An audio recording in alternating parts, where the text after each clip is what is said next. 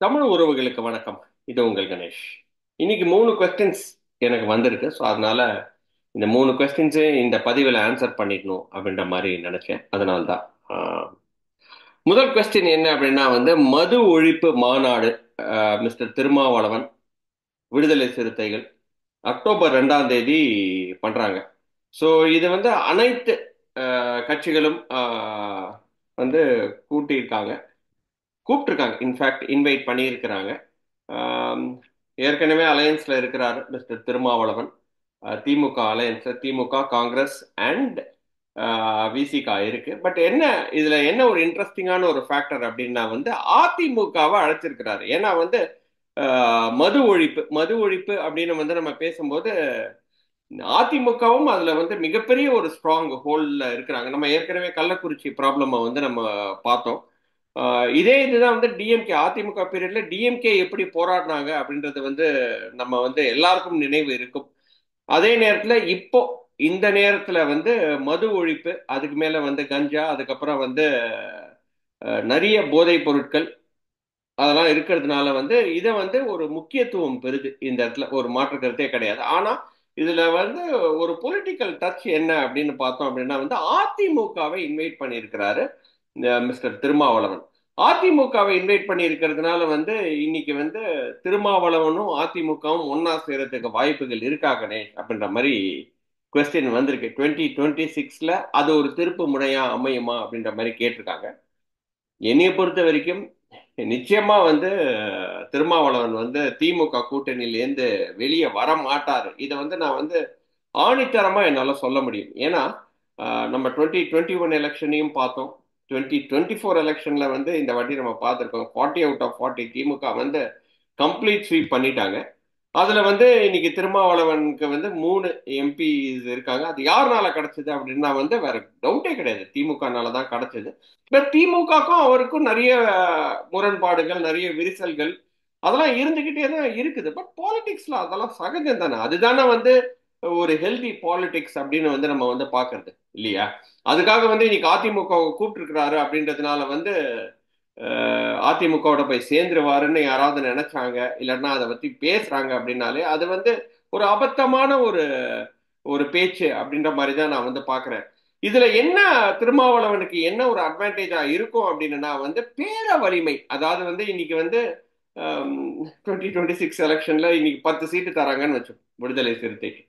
இல்ல, நாங்க அதிமுகவோடையும் நாங்க சுணக்கமா தான் இருக்கோம், எல்லாம் நல்லபடியா தான் போயிட்டு இருக்கு, நான் அந்த சைடு கூட போறதுக்கு எனக்கு வாய்ப்புகள் வந்துட்டு இருக்கு அப்படின்ற மாதிரி அவர் பேசுறதுக்கு நிச்சயமா இது உதவும். இதுல மாற்றுக்கிறதே கிடையாது. ஸோ அதனாலதான் இன்னைக்கு Thirumavalavan is playing is cards. அதே தான் நீங்க பாத்தீங்க அப்படின்னா நம்ம சீமானும் பண்றாரு. சீமானும் விஜயும் ஒன்னா இருக்காங்களா, அவங்க சேர்றதுக்கு வாய்ப்புகள் இருக்கா அப்படின்னு எப்பவுமே கேட்கும்போது சீமான் 60 பேரை ஏற்கனவே மனசுல வச்சிருக்கேன், ஆனா விஜயோட நான் சேர மாட்டேன் அப்படின்ற மாதிரி இனிஷியலா சொன்னாலும் அது அவருக்கு அட்வர்டைஸ்மெண்ட் மாதிரி பார்க்கும்போது ஒரு பெரிய ஒரு ஒரு அட்வான்டேஜ் கிடையாது. ஆனா விஜயோட அவர் எப்பவுமே பேசிட்டு இருக்கும்போது என்ன வேணா நடக்கலாம் ஃபியூச்சர்ல அப்படின்னு இப்ப லேட்டஸ்டா 2 நாள் முன்னாடி சொன்ன ஒண்ணுதான் திருப்பியும் அவர் மேல இருக்கிற ஃபோக்கஸ் திரும்பி இருக்கு இல்லையா?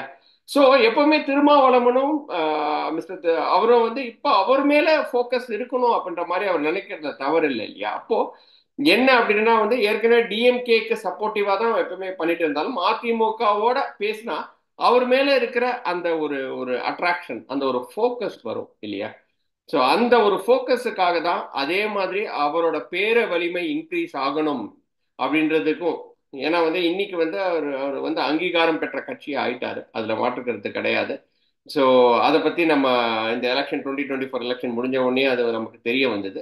ஸோ அதனால இன்னைக்கு கொஞ்சம், ஏன்னா அவர் இன்னைக்கு சாதாரண ஒரு ஆள் கிடையாது. Is a catalyst force. அவர் இல்லாம இன்னைக்கு திமுக வெற்றி பெறுமா வெற்றி பெறாதான்னு கேட்டா அது டவுட் அப்படின்ற அளவுக்கு அவர் எப்பவுமே தன்னோட ஆதிக்கத்தை டிஎம்கே மேல நிலை நாட்டிக்கொண்டே தான் இருக்கிறார். பட் இருந்தாலும் டிஎம்கே அவர் எந்த அளவுக்கு வைக்கணுமோ அந்த அளவுக்கு தான் வச்சிட்டும் இருக்காங்க. ஸோ அதனால இன்னைக்கு அதிமுகவை இந்த மாநாடுக்கு கூப்பிட்டு இருக்கிறது சும்மா ஒரு ஒரு ஒரு அட்ராக்ஷனுக்காக தான், வேற எந்த ஒரு இதுவும் கிடையாது. 2026ல அலையன்ஸ் வந்து நிச்சயமா திருமாவளவன் இந்த சைட்லேருந்து அந்த சைடு வர்றதுக்கு வாய்ப்பே இல்லை அப்படின்றது தான் வந்து என்னோட கருத்து. Number one question. நெக்ஸ்ட் வந்து காளியம்மாள். காளியம்மாள் வந்து சீமானை விட்டுட்டு போயிடுவாங்களா கணேஷ் அப்படின்ற மாதிரி இன்னொருத்தர் கேட்டிருக்கிறாரு. அவர் பேரு வந்து அருண். அருண் என்ன கேட்ட காளியம்மாள். ஏன்னா வந்து காளியம்மாள் ரொம்ப ஒரு சோகத்துல இருந்தாங்க அப்படின்றது வந்து நமக்கு வந்து தெரியும். ஏன்னா வந்து சீமான் பத்தி பேசும்போது நிறைய ஆடியோஸ் வெளியே வந்துச்சு. சீமான் அந்த ஆடியோஸ், பல ஆடியோஸ்ல ஒரு ஆடியோ வந்து அவர் வந்து காளியம்மாளை வந்து அந்த பிசுரை தூக்கி அடிக்கணும் அப்படின்ற மாதிரி பேசியிருந்தார். சீமானுக்கு இது வந்து என்ன சொல்றது, அவர் எப்பவுமே இதே தான் பண்ணிட்டு இருக்கிறாரு. ஃபர்ஸ்ட் இனிஷியலா நம்ம பார்த்தோம், ப்ரொஃபசர் கல்யாண சுந்தரமா இருக்கட்டும், ராஜீவ் காந்தியா இருக்கட்டும், அவங்கெல்லாம் வந்து மிகப்பெரிய ஒரு பேச்சாளர்களா இருந்தாங்க. அவங்க எல்லாம் வெளியே அமுச்சிட்டாரு. அதுக்கப்புறம் திருக்குமரன், இந்த மாதிரி நிறைய பேர், அதாவது கம்ப்ளீட்டா நிறைய பேர் இருக்காங்க. அவங்கெல்லாம் வந்து இன்ஃபேக்ட் வந்து முன்னோடிகள் அப்படின்னு சொல்லலாம். சீமானோட சேர்ந்து நாம் தமிழர் பாசறையை ஆரம்பிக்கும் போது, நாம் தமிழர் கட்சியை உருவாக்கும் போது அவங்கெல்லாம் கூட தான் இருந்தாங்க. அவங்க கொஞ்சம் கொஞ்சமா சீமான் என்ன பண்றாரு அப்படின்னா வந்து கொஞ்சம் கொஞ்சமா எல்லாத்தையுமே வந்து வெளியே அனுப்புறதுல வந்து அவர் மேலதான் ஃபோக்கஸ் இருக்கணும்ன்றதுல வந்து அவர் என்னைக்குமே மாற்று கருத்தா இல்லாம அவர் வழி தனி வழி. அவர் எப்பவுமே அண்ணாமலைக்கு அதுதானே சொல்லுவாரு, இது நானா ஒவ்வொரு செங்கலா பார்த்து அடுக்கி வச்ச கட்சி அப்படின்ற மாதிரி சொல்றாரு. மற்றவங்களுக்கு அவர் ஆப்பர்ச்சுனிட்டியும் கொடுக்கறது இல்லை. அதனாலதான் என்னவோ அவரோட வளர்ச்சியும் வந்து கொஞ்சம் ஒரு சுணக்கமா தான் இருக்கு அப்படின்ற மாதிரி. இப்போ 1.1 3லேருந்து 5லேருந்து 8க்கு வந்துட்டார். அதுல மாற்று கருத்தே கிடையாது. வளர்ச்சி ஒரு நல்ல ஒரு வளர்ச்சி தான். அதுவும் இந்த 2024 எலெக்ஷன்ல பிரைம் மினிஸ்டர் கேண்டிடேட்டே இல்லாத சீமான் 8.2% வரைக்கும் வளர்ந்து இருக்கிறது மிகப்பெரிய ஒரு வளர்ச்சி. அதுல மாற்று கருத்தே கிடையாது. ஆனால் ஆனால் என்ன அப்படின்னா அதுக்கப்புறம் அந்த விக்கிரவாண்டி தேர்தலில் ஒரு இரட்டை இலக்க தொடுவாரு, 10% தாண்டி வந்துருவாரு. ஏன்னா அதிமுக இல்லை அப்படின்ற மாதிரி தான் நம்ம நினைச்சோம் இல்லையா. அதிமுக மாதிரி நினைக்கும் போது அவரால் வந்து அதை தாண்ட முடியல, 10% தாண்ட முடியல. ஸோ அவரோட அவரோட லிமிட்டை அவர் வந்து வந்துட்டாரோ அப்படின்ற மாதிரி தான் லைட்டா தோண ஆரம்பிக்குது. ஏன்னா வந்து விஜயும் களத்துக்குள்ள வராரு. எங்களோட ஆய்வுப்படி, இது வந்து வேற யாரையும் வச்சு நான் சொல்ல, எங்களோட ஆய்வுப்படி அவருக்கு தமிழ் தேசியம்னு இருக்கிற ஓட்டு அப்படின்னு நம்ம வந்து பார்த்தோம் அப்படின்னா 1.5% தான் இருக்கு. மிச்சது எல்லாருமே வந்து என்ன அப்படின்னு வந்து பாத்தீங்கன்னா யங்ஸ்டர்ஸ், அதுவும் 18 to 25ல இருக்கிற யங்ஸ்டர்ஸ், அதுவும் வந்து தாழ்த்தப்பட்ட சமுதாயத்தை சேர்ந்த நிறைய பேர். அதுல வந்து சொல்றதுக்கு வந்து எந்த ஒரு அச்சமும் இல்லாம நான் சொல்லுவேன், அவங்க தான் வந்து சீமானோட மிகப்பெரிய ஒரு ஓட்டர்ஸா இருக்கிறாங்க. அதே ஓட்டர்ஸ் தான் இன்ஃபேக்ட் விஜய்க்கும் இருக்காங்க அப்படின்றதுல வந்து நமக்கு வந்து தெரியுது. அப்படின்னும் போது இவங்க ரெண்டு பேர் வந்து இருக்காங்க, ரெண்டு பேரும் யங்ஸ்டர்ஸ். அவங்க இப்ப வந்து யாரை தேடி போவாங்க? ஸோ சீமானுக்கு 8% இப்ப ஓட்டு இருக்குன்னா இப்போ 1.5% அவரோட பேஸ். 1.5 சரி 2%, கொடுத்துருவோம் ஓகேங்களா. தமிழ் தேசியத்துக்காக 2% ஓட்டு அப்படின்னும் போது பார்த்தோன்னா 8லேருந்து -2 பண்ணா 6% ஓட்டு. அந்த 6% ஆஃப் த ஓட்ஸ் வந்து நம்ம வந்து பார்த்தோம் அப்படின்னா சீமானுக்கும் அதே ஓட்டர்ஸ் தான், விஜய்க்கும் அதே ஓட்டர்ஸ் தான். இப்ப விஜய் புதுசா அரசியலுக்குள்ள வந்திருக்கிறதுனால சீமானோட அரசியல் என்ன ஆகும் அப்படின்றது வந்து நமக்கு வந்து தெரியாது. ஸோ அதனால வந்து அந்த ஓட்டு வந்து எப்படி வேணாலும் மாறலாம். அது வந்து ரொம்ப முக்கியம். ஸோ இது வந்து முக்காவாசி எனக்கு என்ன தோணுதுன்னா, இதுக்கு அதை வந்து நாங்க இன்னும் ஆய்வு பண்ணல. ஸோ சீமானுக்கு ஓட்டு போட்ட அந்த 6%ல இருக்கிறவங்க விஜய்க்கு ஓட்டு போடுவாங்கன்னு நமக்கு தெரியாது இல்லையா. ஸோ அப்படி இருக்கிற இந்த காலகட்டத்தில் காளியம்மாவை வந்து பிசுறுன்னாரு, அப்புறம் வந்து மசுறுன்னாரு, அதுக்கப்புறம் உசுறுன்னு சொல்லிட்டாரு. நாங்கள் எப்படி வேணா எடுத்துப்போங்க, நாங்கள் எங்களோட அரசியலே அப்படிதான் அப்படின்ற மாதிரி அவர் சொல்றாரு. நான் தான் இந்த கட்சியை ஃபுல்லாக கட்டமைச்சேன், ஸோ அதனால நான் யாரை வேணா வச்சுப்பேன், யாரை வேணா வெளியே அனுப்புவேன்ற அளவுக்கு அவர் வந்து இப்போ பேசிட்டு இருக்கிறாரு. இங்க வந்து காளியம்மாளை பத்தி நம்ம வந்து பேசணும் அப்படின்னா காளியம்மாள் அப்படி கிடையாது. She has got dignity. அது வந்து அவர் வந்து சீமான் வந்து சினிமாலேருந்து வந்ததுனால அவருக்கு வந்து என்ன சொல்றது, அவருக்கு இந்த மாதிரி ஒரு ஆட்டிடியூட் இருந்தாலுமே நம்ம வந்து காளியம்மாள் வந்து ஒரு மீனவர் சமுதாயத்திலேருந்து வந்தவங்க. அவங்க முதல்ல தென் சென்னையில நின்னாங்க. அதுக்கப்புறம் இப்போ வந்து லேட்டஸ்டா 2024 எலெக்ஷன்ல கிட்டத்தட்ட 1 லட்சம் ஓட்டு மேலேயே வாங்கியிருக்கிறாங்க. ஒரு நல்ல ஒரு ஃபோர்ஸா வந்திருக்கிறாங்க அப்படின்றதுல வந்து மாற்றுக்கிறதே கிடையாது. இன்னைக்கு நாம் தமிழர் அப்படின்னு நம்ம வந்து சொன்னோம் அப்படின்னா வந்து நிச்சயமா சீமான் அதுல வந்து நிப்பார். அதுல ஒரு சீமான் தான் லீடர் அப்படின்னா, ரெண்டாவது வந்து இந்த சாட்டை துரைமுருகனை வந்து நம்ம சொன்னோம் அப்படின்னா, சாட்டை துரைமுருகன் வந்து அவர் வந்து யூடியூப்ல வலைதளங்கள்ல வந்து நிறைய பேசுறாரு. ஆனா அவருக்கு பாசிட்டிவும் இருக்கு, நெகட்டிவும் இருக்கு.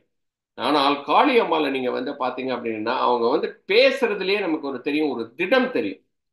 அவங்க வந்து பேசினா ஒரு நச்சுன்னு இருக்கும். எதை பேசினாலும் ஒரு தெளிவோட, அதாவது வந்து ஒரு ஒரு ஒரு வார்த்தையை பேசினாலும் அந்த வார்த்தைக்கு திருப்பியும் அடுத்த வாட்டி பேசும்போது அதே அந்த வார்த்தையை தான் யூஸ் பண்றாங்க.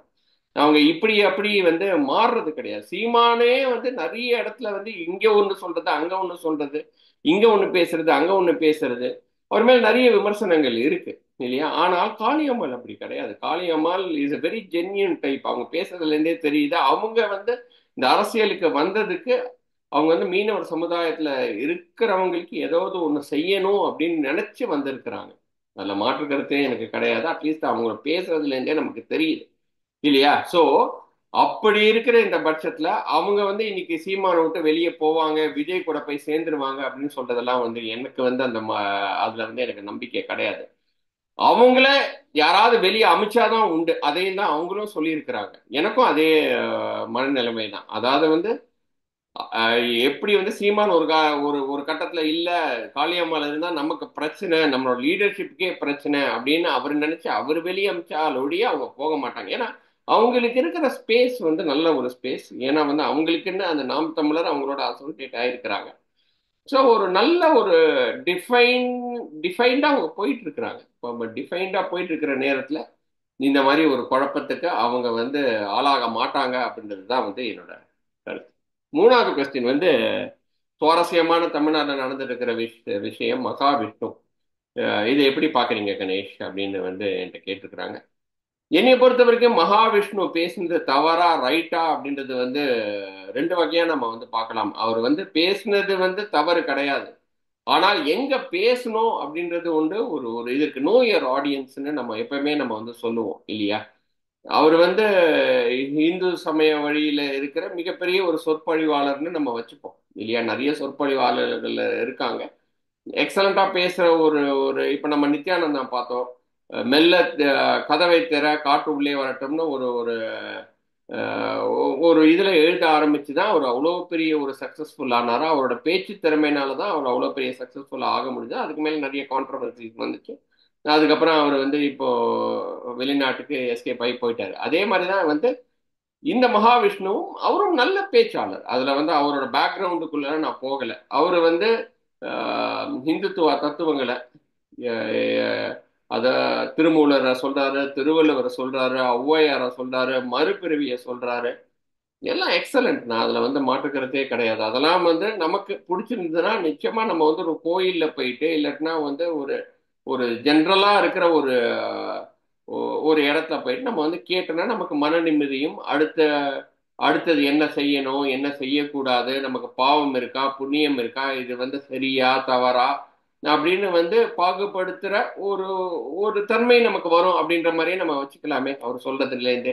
ஏன்னா வந்து அவரோட சொற்பொழிவுல நான் அதுக்கப்புறம் கேட்டேன், நல்லா தான் இருந்துச்சு. பட் இருந்தாலும் வந்து எனக்கு ஆஸ் ஃபார் மீ பர்சனலி நான் வந்து இந்த மாதிரி சொற்பொழிவு எல்லாம் கேட்கறது ரொம்ப கேட்க மாட்டேன். பட் இருந்தால் அப்படி கேட்டாலுமே அவங்க யாரு என்ன அவங்களோட பேக்ரவுண்ட் என்னன்னு தெரிஞ்சுக்கிட்டு தான் நான் வந்து எப்பவுமே வந்து அந்த மாதிரி ஒரு சொற்பொழிவை வந்து அவங்க சொல்றதை வந்து கேட்பேன் நான்.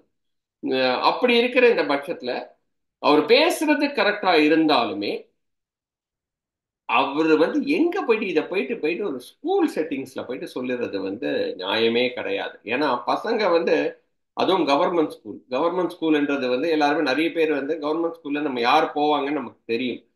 விளிம்பு நிலையில இருக்கிற மக்கள் இல்லையா? அசோக் நகர்ல விளிம்பு நிலையில இருக்கிற மக்கள் தான் வந்து அங்க போவாங்க. அப்ப அவங்க போயிட்டு நீங்க வந்து இப்படி கஷ்டப்படுறதுக்கான முன் ஜென்மத்தை நீங்க பண்ண பாவம் அப்படின்னா இந்த பசங்களுக்கு எவ்வளவு ஒரு மனசு கஷ்டமா இருக்கும். எல்லாரும் அதை ரியலைஸ் பண்ணியிருக்க மாட்டாங்க. அட்லீஸ்ட் ஒரு 10 பேராவது அதை ரியலைஸ் பண்ணியிருப்பாங்க. அதே மாதிரி நீங்க பிற்பிறத்துல செஞ்ச பாவத்தினால தான் நீங்க வந்து குருடா பறக்குறீங்க, ஏழையா பறக்குறீங்க, கை கால் நொடிஞ்சு பறக்குறீங்க அப்படின்னு பேசினா அங்க இருக்கிற ஒரு டீச்சர் சங்கர்னு சொல்லிட்டு அவரு என்ன இப்படி பேசுறீங்க, உங்களை வந்து மோட்டிவேஷன் டாக்க பண்ண சொன்னா நீங்க இப்படி பேசுறீங்களேன்னு வந்து கொஸ்டின் கேட்டிருக்கிறாரு.